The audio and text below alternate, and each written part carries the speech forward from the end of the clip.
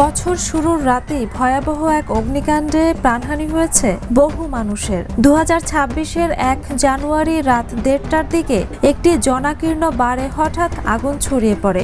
নতুন বছর উদযাপন করতে সেখানে শতাধিক মানুষ উপস্থিত ছিলেন।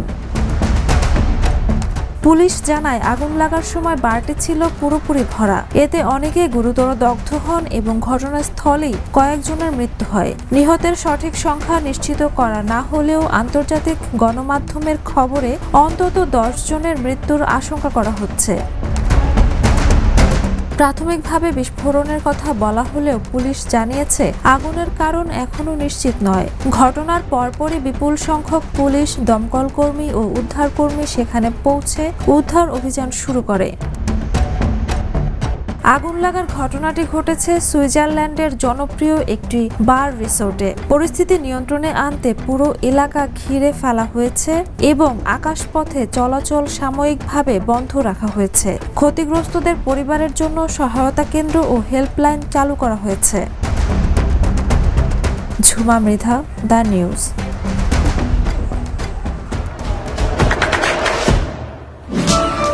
দেশে দেশে সবার সাথে দ্য নিউজ।